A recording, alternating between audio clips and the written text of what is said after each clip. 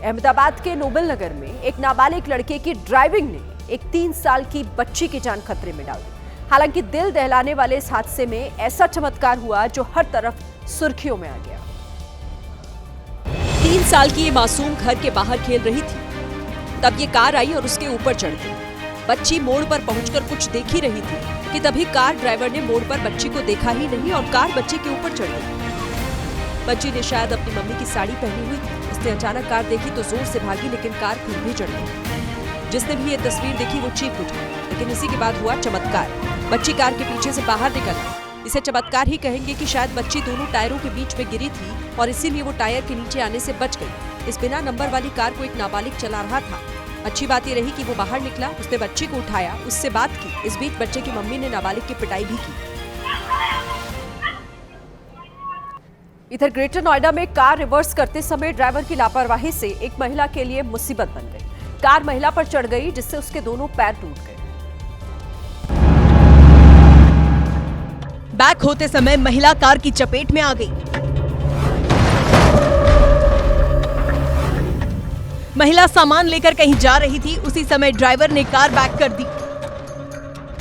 इस हादसे में कार और गमलों वाले प्लेटफॉर्म के बीच महिला फंस गई और कार चढ़ने से उसके दोनों पैर टूट गए।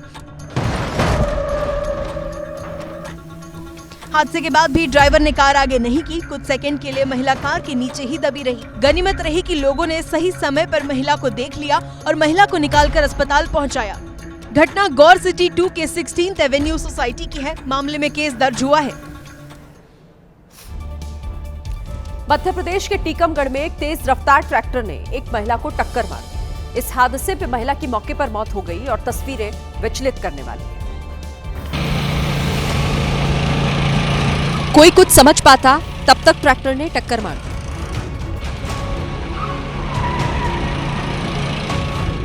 महिला की गलती बस इतनी थी कि वो रोड क्रॉस करने में असहज थी और जैसे ही रोड पार करने की कोशिश की,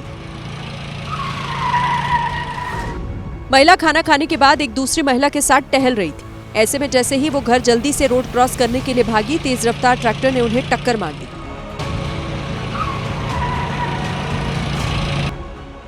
हादसा कोतवाली के हवेली रोड इलाके में हुआ। एक्सीडेंट के बाद ट्रैक्टर ड्राइवर फरार हो गया। ऐसे में सड़क पर चलें तो जरा सावधानी के साथ। उत्तर प्रदेश के बस्ती में एक बड़ी सड़क दुर्घटना हो गई। बस्ती के कलवारी इलाके में तेज रफ्तार प्राइवेट बस ने स्कूल बस को टक्कर मार दी। जब हादसा हुआ तो स्कूल बस में बच्चे भी बैठे थे। टक्कर इतनी तेज थी कि अफरा तफरी मच गई। कई बच्चे घायल हो गए। प्राइवेट बस में सवार कुछ यात्रियों को चोटें भी आई हैं। प्राइवेट बस का ड्राइवर तेज स्पीड से चल रहा था। उसने पीछे से स्कूल बस को टक्कर मारी। हादसे के बाद इलाके में भीड़ लग गई। काफी देर तक बस्ती के कलवारी इलाके में ट्रैफिक जाम रहा। यूपी के रायबरेली से सड़क हादसे का एक ऐसा वीडियो सामने आया जिसे देखकर आपके भी होश उड़ जाए। वहां एक तेज रफ्तार बाइक सामने से आ रही गाड़ी के नीचे घुस गई। अच्छी बात यह रही कि इस हादसे में बाइक सवार की जान बच गई। हादसा इतना भीषण था कि वहां अफरा तफरी मच गई। बाइक सवार युवक गाड़ी के नीचे फंस गया और कुछ दूर तक गाड़ी के साथ घिसटता रहा। हालांकि हादसे के तुरंत बाद ड्राइवर ने गाड़ी रोक दी। नवीन कृषि मंडी के गेट पर यह हादसा तब हुआ जब तेज रफ्तार बाइक अनियंत्रित होकर फिसल गई और बाइक सवार गाड़ी के नीचे आ गया। हादसे के बाद आसपास के लोग वहां पहुंचे और गाड़ी के नीचे फंसे युवक को बाहर निकाला और तुरंत अस्पताल पहुंचाया गया। बिहार का विधानसभा चुनाव आज खून के छींटों से लाल हो गया। मोकामा में चुनाव प्रचार के दौरान जनसुराज के एक समर्थक की गोली मारकर हत्या कर दी गई। हत्या का आरोप मोकामा से जेडीयू प्रत्याशी अनंत सिंह के समर्थकों पर लगा है। फायरिंग की घटना मोकामा में जनसुराज के प्रत्याशी पीयूष प्रियदर्शी के काफिले पर हुई और जिस दुलाल चंद यादव की गोली मारकर हत्या की गई वो जनसुराज प्रत्याशी के चाचा थे। अब इसका आरोप अनंत सिंह के समर्थकों पर लगा है। मोकामा विधानसभा क्षेत्र में हम हैं। देखिए हमारी गाड़ी के साथ क्या किया आनंद सिंह के समर्थकों द्वारा। समझे, ये लोग जो सोचते हैं ना कि गरीब को दबा लेंगे, दबने वाला नहीं है। देखिए अभी भी जो है उनकी गुंडागर्दी चल रही है। ये घटना घोसवरी इलाके की है, जहां जनसुराज के प्रत्याशी चुनाव प्रचार कर रहे थे और तभी फायरिंग होने लगी। दुलाल चंद यादव को जो है जो ये लोग मारा है ना, ये अब जो है हम लोग भूलने वाले नहीं। और ये टाल जो है ना हम लोग का इलाका है, ठीक है जो है ना, अभी हम लोग छोड़ रहे हैं। इस वाले ये नहीं कि जाए गुंडागर्दी पे तुम लोग उतर जाओ। फायरिंग करने वालों ने दुलाल चंद यादव के सिर में गोली मारी, जिसके चलते मौके पर ही उनकी मौत हो गई। दुलार चंद यादव लगातार अनंत सिंह के खिलाफ बयानबाजी करते थे। वो दावा करते थे कि अब मोकामा में अनंत सिंह का कोई वजूद नहीं बचा। कुछ दिन पहले ही एबीपी न्यूज ने दुलार चंद यादव से बात की थी, जिसमें वो जन स्वराज के प्रत्याशी पीयूष प्रियदर्शी को मोकामा का बड़ा सरकार उन्होंने बताया था और कहा था कि लड़ाई छोटे सरकार बनाम बड़े सरकार की है। लोग चर्चा करते हैं कि छोटे सरकार को हराने वाला कोई माई का लाल पैदा नहीं हुआ है। अब पैदा हुआ है तो मानते हैं कि वो पीयूष नाम है, वो पैदा ले लिया। पहले विष्णुधारी लाल हराया था बिहार के गढ़ में, तब तक ने कहा विष्णुधारिया कौन है, तब विष्णुधारी लाल विधायक कहाँ के बने थे। उस समय वोट कम पड़ता था, उस समय 21,000 वोट में जीत गए थे। आज मानते हैं कि जो आ गया बने कि बाहुबली या फलना छिलना जीतेगा, तो कहते हैं छोटे सरकार। अब छोटे सरकार है कहाँ, तो हिल गया बड़े सरकार। पीयूष से बड़े सरकार है, छोटे सरकार का लड़ाई है। कानून कहता है कि जिस जगह कोई आपराधिक घटना हुई हो, सबसे पहले उस जगह की घेराबंदी की जाती है ताकि कोई वहां पर पहुंचकर उन सबूतों से छेड़छाड़ ना करे। लेकिन मोकामा में जहां पर यह मर्डर हुआ, वो जगह काफी देर तक लावारिस हालत में रही। मोकामा में हूं और मोकामा चुनाव से ठीक पहले एक बार फिर से गोलियों की तड़तड़ाहट से गूंज उठा है। यहां पर जनसुराज के उम्मीदवार जब प्रचार करने जा रहे थे तो गाड़ी पे हमला हुआ है। देखिए बहुत तेज बारिश हो रही है और ये देखिए ये गाड़ियों पे आपको देखोगे गाड़ियों के कांच जो है यहाँ पे टूटे हुए हैं और यहाँ पे गोलीबारी हुई है। कुल मिलाकर बताया जा रहा है कि करीब यहाँ पर कई लोग घायल हुए हैं, वहीं एक व्यक्ति की मौत हो गई है।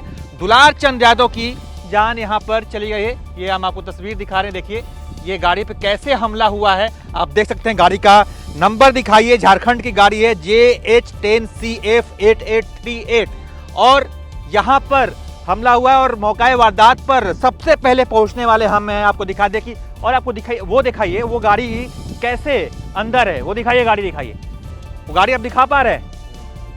चलिए एक बार मैं नीचे आके दिखाने की कोशिश करता हूँ, मैं नीचे जा पाऊंगा कि नहीं मैं ये भी नहीं समझ पा रहा हूँ।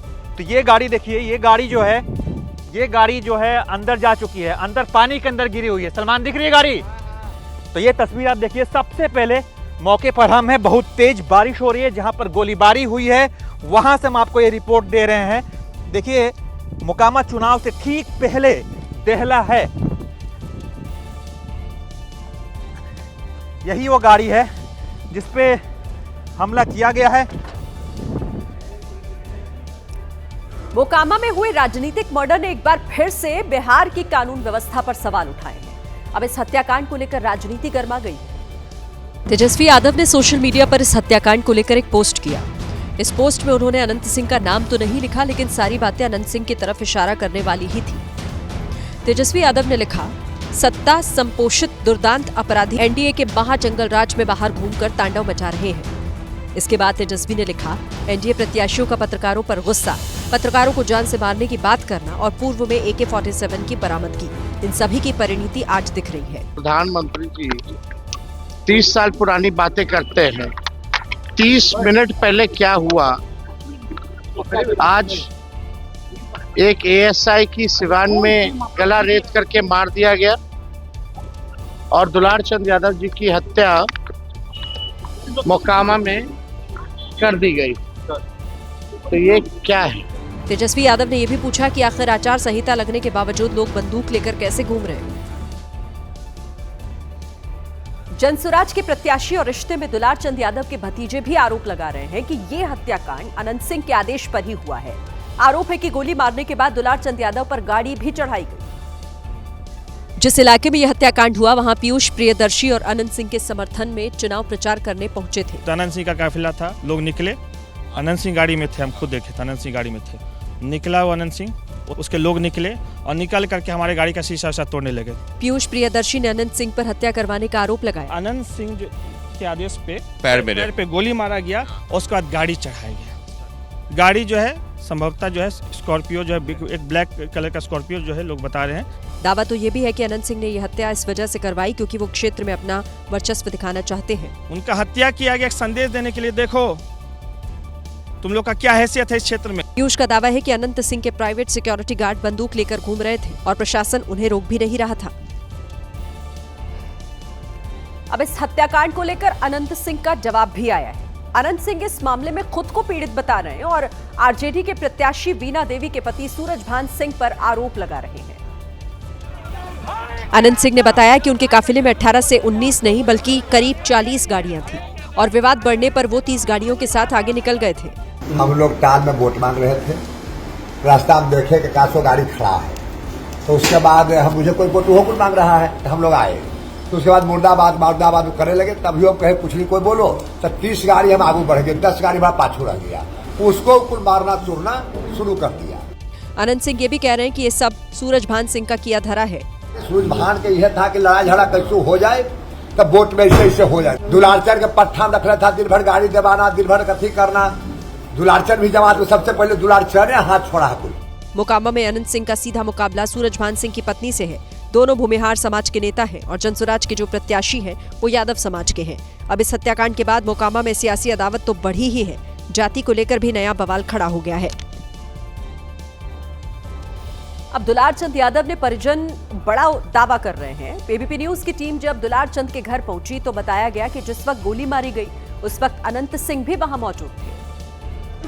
परिजनों का दावा है कि दुलारचंद की बातें अनंत सिंह को चुभने लगी थी। हुआ इसलिए कि बहुत दिन से विवादित बयान अनंत सिंह पर दे रहे थे, बहुत दिन से दे रहे थे। वही कारण था कि अनंत सिंह को बढ़ल था खीस। दोनों की गाड़ी आमने सामने नहीं हुई। ये अनंत सिंह का प्री प्लान्ड मर्डर है। अनंत सिंह लेके चलता है कि 47 अपने गाड़ी में। दुलारचंद के पोते ने दावा किया कि वो भी उस गाड़ी में मौजूद था जिसमें दुलारचंद बैठे हुए थे। कि जब दादा को पहला गोली लगा तो दादाजी चिल्लाने लगे, भाग पोता भाग। भगा दी हमको, हम गाड़ी खोल के भाग गए। हम गाड़ी खोल के भागे हैं तब हम बचे। वो ड्राइवर था, ड्राइवर भी मेरे साथ में भागा और दादाजी हम 3 आदमी थे गाड़ी में। उनके गाड़ी 18-19 थी। कुछ लोग ये भी दावा कर रहे हैं कि अनंत सिंह ने ही दुलारचंद को गोली मारने के लिए कहा था। पैर में गोली लगा है, गाड़ी चढ़ा दिया। अनंत सिंह गोली मारा, अनंत सिंह करमवीर मारा गोली, करमवीर सिंह 3-4 मिल के मारा। कि कहा कि मार दे दुलारचंद मार के, करमवीर है कि मार दिया, गोली मार दिया और हमको भी टारगेट में रखा है। देखिए दुलारचंद के घर पर मातम है। परिजन अनंत सिंह के खिलाफ कार्रवाई की मांग कर रहे हैं। फांसी दीजिए अनंत सिंह के। अनंत सिंह खा गया, अनंत सिंह मार दिया, गाड़ी चढ़ा दिया, 2 गोली मारा है, गोली मार दिया। आरोप लग रहा है कि अनंत सिंह को प्रशासन का भी पूरा सहयोग है और इसी सहयोग की बदौलत अनंत सिंह के समर्थन में बंदूक लेकर घूम रहे थे। बिहार में जो आज 2 बड़े हत्याकांड हुए, मोकामा में हुई फायरिंग से पहले सिवान में भी एक पुलिस अधिकारी की धारदार हथियार से हत्या हो चुकी थी। बदमाशों ने धारदार हथियार से एएसआई अनिरुद्ध कुमार की हत्या की। उनका शव सुनसान इलाके में फेंक दिया। जिस वक्त ये हत्या हुई उस वक्त एएसआई सिविल ड्रेस में थे। बताया जा रहा है कि एएसआई रात के वक्त कहीं जा रहे थे, तभी बदमाशों ने उन्हें बीच में पकड़ा और फिर हत्या कर दी। हालांकि अभी तक ये बात साफ नहीं हो पाई है कि किस वजह से इस वारदात को अंजाम दिया गया। राहुल गांधी आज नालंदा में बरसे तो वहीं प्रधानमंत्री नरेंद्र मोदी मुजफ्फरपुर में गरजे। एनडीए उम्मीदवार के समर्थन में आयोजित रैली को संबोधित करते हुए प्रधानमंत्री ने कांग्रेस और आरजेडी पर छठी मैया का अपमान करने का गंभीर आरोप लगाया। पीएम ने कहा कि छठ पूजा केवल एक पर्व नहीं है बल्कि ये भारतीय संस्कृति और मातृशक्ति का प्रतीक है और उनकी सरकार छठ पर्व को यूनेस्को की सांस्कृतिक धरोहर सूची में शामिल कराने का प्रयास कर रही है, जबकि कांग्रेस और आरजेडी राजनीति के लिए छठी मैया का अपमान कर रहे हैं। चुनाव में वोट पाने के लिए छठी मैया का अपमान कर सकता है क्या? क्या ऐसा अपमान बिहार सहन करेगा क्या? आरजेडी के शासनकाल को गुंडाराज बताते हुए पीएम मोदी ने 5 शब्दों में लालू यादव की पार्टी के कारनामों की तुलना की। कट्टा, क्रूरता, कटुता, कुशासन और करप्शन, ये जंगल राज की पहचान है कि नहीं है? प्रधानमंत्री ने कहा कि अब बिहार विकास और आत्मनिर्भरता की राह पर आगे बढ़ रहा है। कांग्रेस के नेता राहुल गांधी ने लगातार दूसरे दिन बिहार में 2 चुनावी रैलियां की, जहां उन्होंने नीतीश कुमार को रिमोट कंट्रोल वाला मुख्यमंत्री बताया और पीएम मोदी पर निशाना साधा। राहुल गांधी की पहली चुनावी रैली उसी नालंदा जिले में हुई जो सीएम नीतीश कुमार का गृह जिला है। यहीं से उन्होंने नीतीश कुमार की सक्रियता पर सवाल खड़े किए। तो ये मत सोचिए कि नीतीश जी सरकार चलाते हैं, सरकार नरेंद्र मोदी, अमित शाह और नागपुर चलाती। इसके बाद राहुल गांधी ने पीएम मोदी के रील वाले बयान पर पलटवार किया। आपके प्रधानमंत्री ने आपसे कहा कि रील से, इंस्टाग्राम देखने से, फेसबुक पे आने से आपका फायदा होता है। जब आप इंस्टाग्राम देखते हो, फेसबुक देखते हो, किसके जेब में पैसा जाता है? जियो, अंबानी के जेब में पैसा जाता है।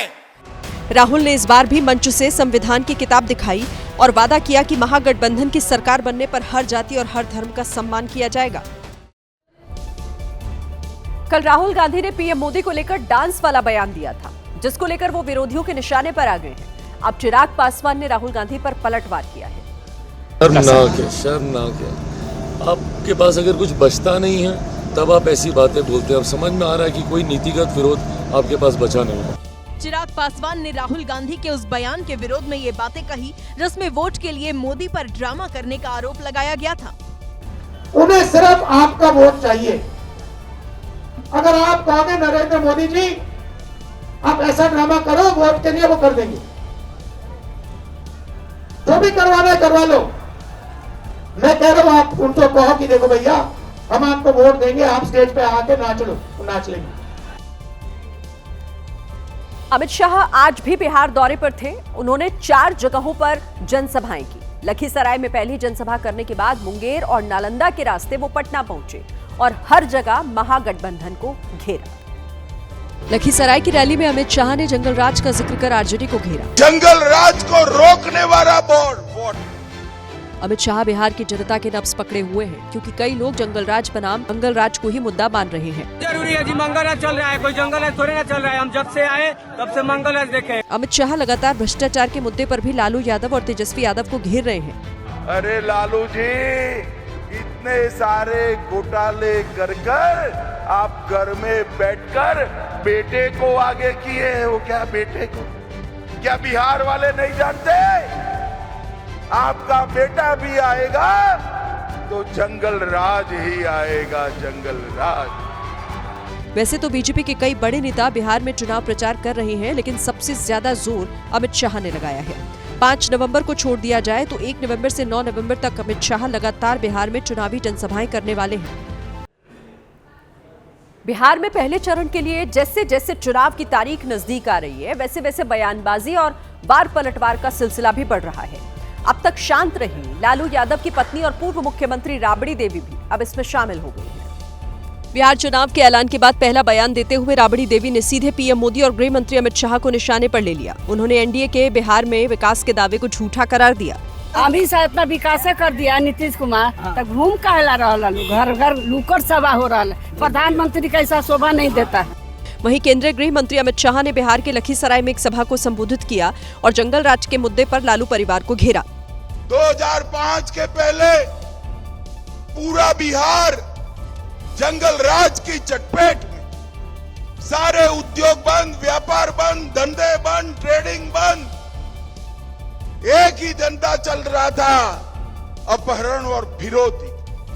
बिहार में पहले चरण के तहत 6 नवंबर को वोटिंग होगी, जिसके लिए नेताओं का धुआंधार चुनाव प्रचार जारी है। बीजेपी के राष्ट्रीय अध्यक्ष जेपी नड्डा भी बिहार में है। उन्होंने नालंदा में चुनावी रैली की और महागठबंधन पर हमला भी बोला। जेपी नड्डा ने परिवारवाद को लेकर आरजेडी और कांग्रेस को घेरा। कांग्रेस के बारे में बात करता हूं, जब मैं आरजेडी के बारे में बात करता हूं तो याद रखिएगा कि ये लोग, इनको चुनाव में आपसे कोई मतलब नहीं है। लालू जी अपने बेटे को मुख्यमंत्री बनाने में लगे हैं, हमारे सोनिया गांधी जी राहुल को प्रधानमंत्री बनाने में लगे हैं। इनको अपने परिवार से मतलब है, आपसे मतलब नहीं है।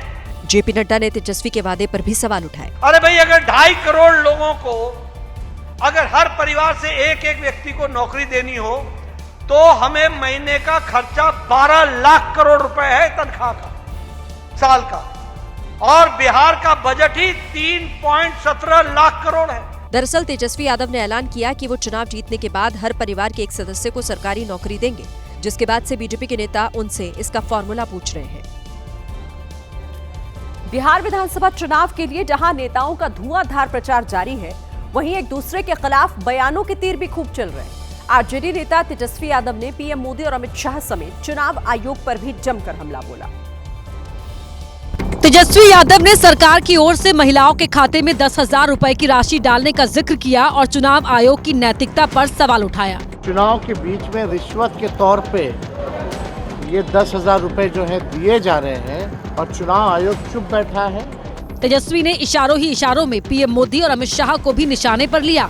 ये लोग बिहार को कब्जाना चाहते हैं, हथियाना चाहते हैं, उपनिवेश बनाना चाहते हैं और बिहार की जनता इस बार हर किस बिहार को बिहार का लाल ही चलाएगा, ना कि कोई बाहरी आकर के चलाएगा। तेजस्वी ने जनता से बिहार के हित में बदलाव के लिए महागठबंधन को जिताने की अपील की। बिहार के बेगूसराय में मुख्यमंत्री नीतीश कुमार ने आरजेडी पर जमकर निशाना साधा। नीतीश कुमार ने कहा कि 2005 से पहले बिहार में भय का माहौल था, विपक्ष ने कोई काम नहीं किया, इसीलिए उन्हें वोट मत देना। नीतीश कुमार ने पहले बिहार में बदलाव का जिक्र करते हुए केंद्र सरकार की तारीफ की। राज्य सरकार का काम और केंद्र सरकार का काम ये सब करके बिहार बहुत आगे बढ़ रहा है। इसके बाद नीतीश कुमार ने आरजेडी के कार्यकाल का जिक्र करते हुए कहा, इसलिए अब आप तो कहेंगे कि उन सब के गड़बड़ आदमी को कोई वोट मत दीजिएगा। अब यही सब है, ऐसी से हो रहा है। वो सब कोई काम किया है जी? अरे अपना लड़का लड़की अपनी पत्नी इसी सब में किए रहता है। बीजेपी के नेता आए दिन आरजेडी का नया नया फुल फॉर्म बताते हैं, लेकिन अब रोहिणी आचार्य ने बीजेपी की ऐसे फुल फॉर्म बता दिए जिस पर नया सियासी बखेड़ा खड़ा हो गया है। रोहिणी आचार्य ने सोशल मीडिया पर लिखा, बीजेपी का असली नाम बलात्कारी जालसाज पलटा। बलात्कारियों का राज चल रहा है, उनको जल्दी भगाना है। बिहार की जनता इस बार भगाने वाली। अब रोहिणी आचार्य की ये बात बीजेपी को चुभ गई। चंपा विश्वास और शिल्पी गौतम के बलात्कारियों के गॉडफादर श्रीमान लालू प्रसाद यादव की बिटिया रोहिणी आचार्य भारतीय जनता पार्टी पर आरोप लगाती है, वो भी बलात्कार का। इससे बड़ा छलात्कार और क्या हो सकता है। इससे पहले बीजेपी ने आरजेडी का फुल फॉर्म बताया था, जिसमें आर का मतलब रंगदारी, जे का मतलब जंगल राज और डी का मतलब दादागिरी कहा गया था। चुनाव के इस माहौल में आरजेडी 35 से ज्यादा नेताओं को अब तक पार्टी से बाहर निकाल चुकी है। ये नेता ऐसे हैं जिन पर पार्टी गतिविधियों का आरोप है। इनमें से कुछ नेता निर्दलीय चुनाव में ताल ठोक रहे हैं। हाथ में गोभी और घर घर वोट की अपील। ये है संजय राज, जो वैशाली जिले में आरजेडी के जिला महासचिव थे। संजय को उम्मीद थी कि पार्टी इस बार महनार सीट से उन्हें टिकट देगी, लेकिन जब टिकट नहीं मिला तो निर्दलीय नामांकन भर दिया। अब पार्टी ने उन्हें बाहर का रास्ता दिखा दिया है। हमने पार्टी के लिए काम किया है, लगातार काम किया है। अगर काम के बदले अगर निष्कासन अगर है, अगर पनिशमेंट मिलना अगर नियम है, तो निश्चित रूप से कोई भी कार्यकर्ता काम छोड़ देगा। संजय राय के समर्थकों ने उन्हें मिठाई से तौला, वोट देने का आश्वासन दिया, लेकिन संजय राय की राह कितनी आसान होगी ये कहना मुश्किल है। बिहार की लालगंज विधानसभा सीट से बीजेपी प्रत्याशी संजय सिंह को लोगों के विरोध का सामना करना पड़ा। चुनाव प्रचार के लिए पहुंचे संजय सिंह को लोगों ने समर्थन देने से साफ इनकार कर दिया। बीजेपी प्रत्याशी संजय सिंह जैसे ही चुनाव प्रचार के लिए मांगनपुर गांव पहुंचे, लोगों ने उन्हें घेर लिया और उनका विरोध शुरू कर दिया। लोगों ने हाथ जोड़कर कहा कि उनका समर्थन नहीं करेंगे। आपका स्वागत है, हम लोग कल तक आपके थे, लेकिन किसी कारण से नहीं।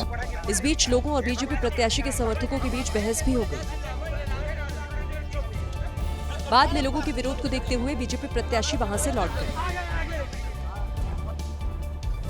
बिहार के गयाजी के टिकारी में जीतन राम मांझी की पार्टी हम प्रत्याशी अनिल कुमार के काफिले पर हमला हो गया।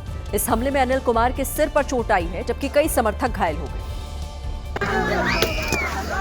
ये हमला तब हुआ जब अनिल कुमार अपने समर्थकों के साथ दिघौरा गांव में जनसंपर्क अभियान के लिए पहुंचे। तभी लोगों ने उनके काफिले को घेर लिया, पथराव शुरू कर दिया।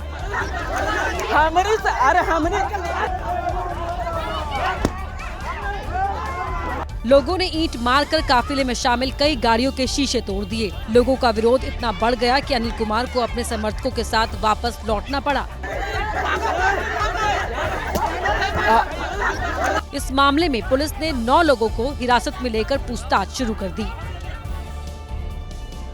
बिहार के पूर्व मुख्यमंत्री लालू प्रसाद यादव की बेटी मीसा भारती ने तेजस्वी के चुनाव क्षेत्र में मोर्चा संभाला है। चोंगा स्पीकर के जरिए वो राघोपुर विधानसभा के मुद्दों को उठाते हुए दिखी। जिससे आपका भरण पोषण और आपका परिवार चलता है, इस सरकार ने तहस नहस करने का काम किया। आपके नाव को काट देने का काम इस सरकार ने किया। मीसा भारती ने नौकरी, शिक्षा और महिलाओं को रोजगार का जिक्र करते हुए अपने भाई तेजस्वी के लिए जनता से समर्थन मांगा। साथ ही मुकेश सहनी को डिप्टी सीएम बनाने की बात कहते हुए निषाद समाज को साधने की कोशिश की। जब मुख्यमंत्री का चेहरा तेजस्वी जी को घोषित किया गया, साथ ही साथ उप मुख्यमंत्री का चेहरा किसको बनाया गया है?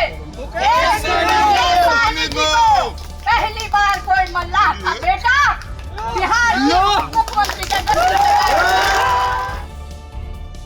बिहार में कई मशहूर चेहरे चुनावी मैदान में हैं और इन्हीं में से एक है मैथिली ठाकुर, जिन्हें बीजेपी ने अलीनगर सीट से प्रत्याशी बनाया है। मैथिली ठाकुर को दुनिया के कई हिस्सों से शुभकामनाएं मिल रही है। अमेरिकन सिंगर मैरी मिलबेन ने मैथिली ठाकुर को छोटी बहन कहा और शानदार जीत के लिए प्रार्थना की। मिलबेन ने अपने सोशल मीडिया अकाउंट पर मैथिली का वीडियो भी शेयर किया, जिसमें मैथिली उनका धन्यवाद कर रही हैं। पिछले 10 दिन से मैं जिस चीज़ से गो थ्रू हो रही हूँ, उसमें मेरे लिए एक तारीफ़ बहुत ही ज़्यादा नीडेड था, और जब उनके मुंह से सुन रही हूँ तारीफ़, उनके थ्रू जो मुझे पॉजिटिविटी मिली है, उसके लिए मैं उनको थैंक यू बोलना चाहूँगी। मैरी मिलबेन भारत की राजनीतिक घटनाओं पर अक्सर अपनी प्रतिक्रिया देती रहती हैं। कई मौकों पर वो पीएम नरेंद्र मोदी की तारीफ भी कर चुकी हैं। जेल से बाहर आने के बाद आजम खान लगातार अपने समर्थकों से मिल रहे हैं।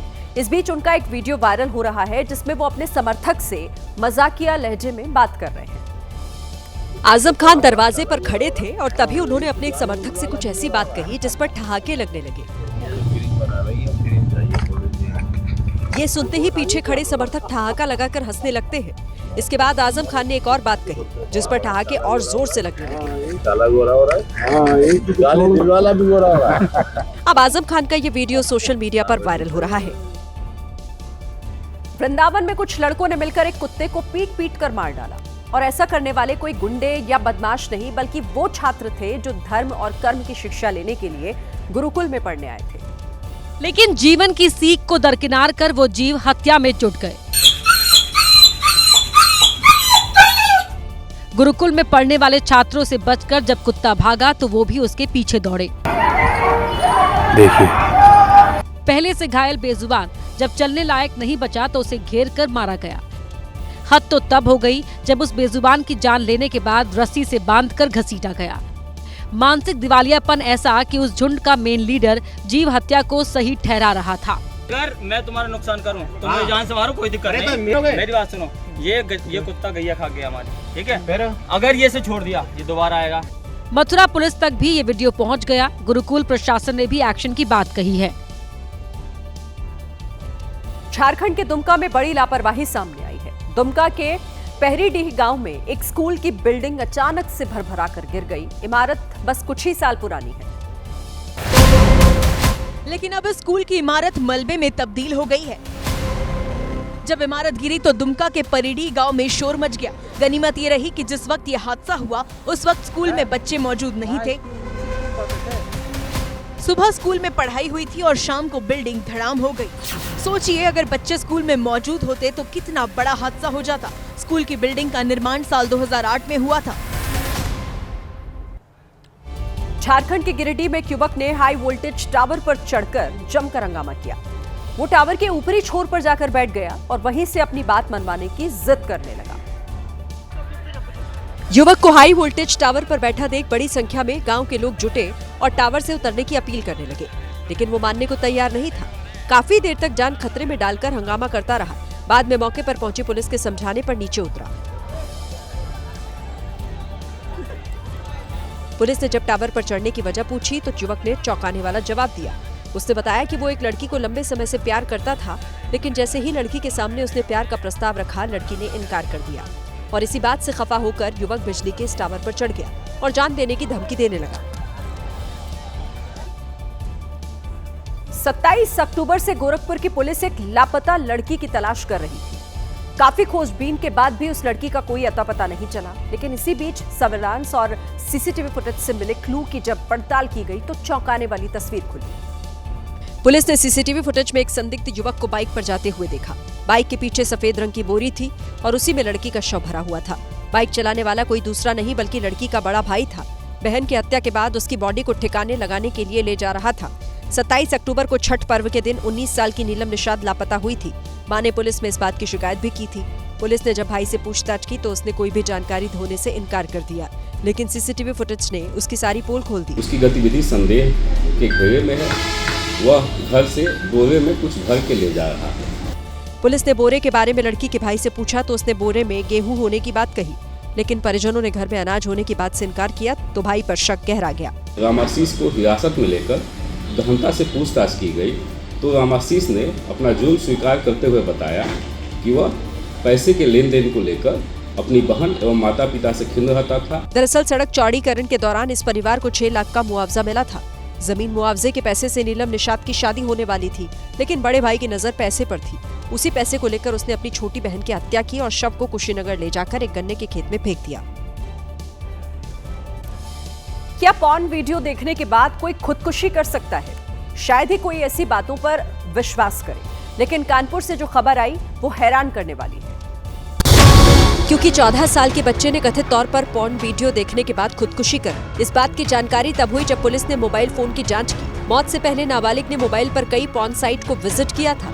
कई साइट पर रुककर उसने पॉर्न वीडियो देखा था और उसी के बाद बच्चे ने फांसी लगा ली। हम तो चले गए ड्यूटी, बच्चे भी हमारे मंदिर चले गए थे। लड़का बोला पापा हमको मोबाइल दे दो।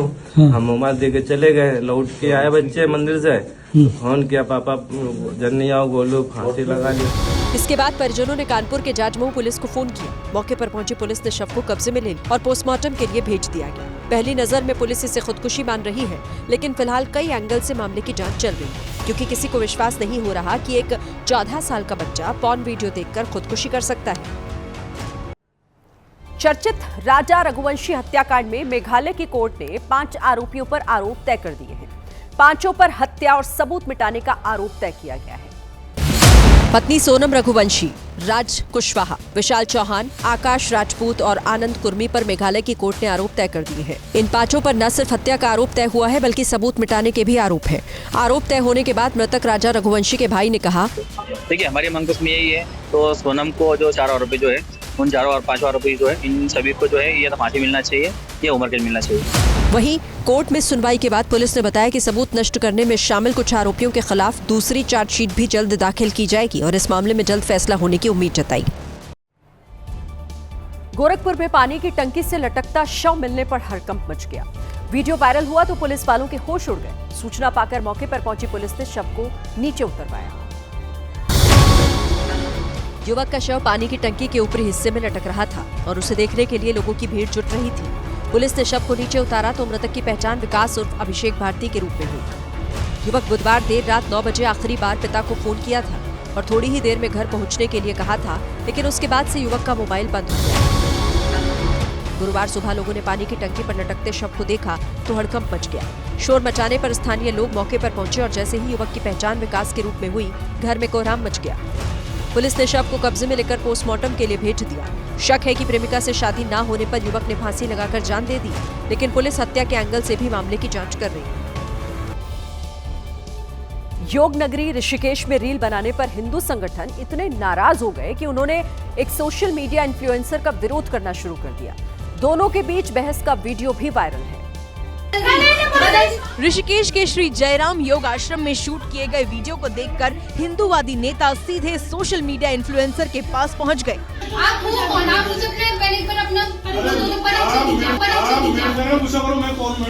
इन्फ्लुएंसर के साथ उसे फ्लैट देने वाले आश्रम पर भी सवाल उठे। नाचने वाली को फ्लैट दे रखा है, आखिर ऐसी क्या मजबूरी है इतने बड़ी संस्था की कि एक इन्होंने यहाँ पे ये सब कार्य करने की अनुमति दे रखी। 3 हफ्ते पहले इन्हीं हिंदूवादी नेताओं ने ऋषिकेश में मॉडलिंग के इवेंट को बंद करवाने की कोशिश की थी। उस वक्त भी लड़कियों से ही इनकी बहस हुई थी।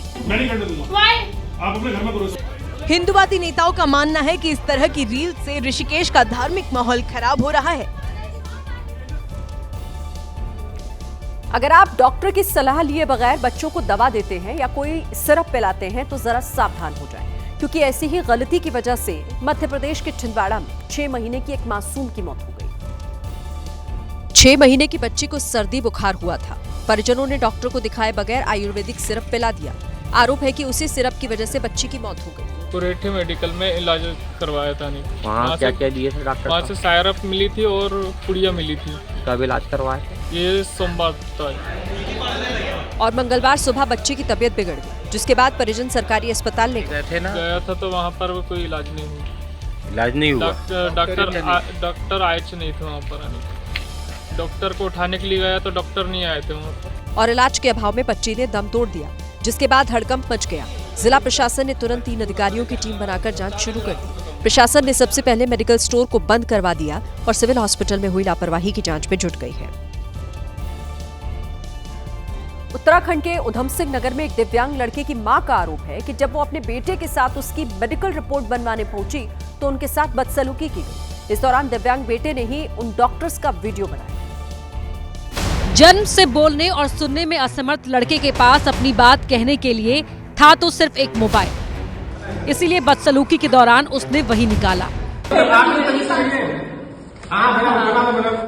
2 लोगों पर उंगली से इशारा करने वाले दिव्यांग की मां का आरोप है कि एक डॉक्टर ने दोनों को पीटा भी है। संजीव गोस्वामी, उन्होंने मेरे बेटे को गाली दी, अभद्र, बहुत अभद्र गाली दी, हिट कराए, मुझे भी हिट करा और मेरे बेटे को भी मारा उन्होंने। बेटा बाइक चला पाए इसीलिए मां उसके ड्राइविंग लाइसेंस के लिए जरूरी मेडिकल रिपोर्ट बनवाने गई थी। बताया गया कि अब उनका काम हो गया है।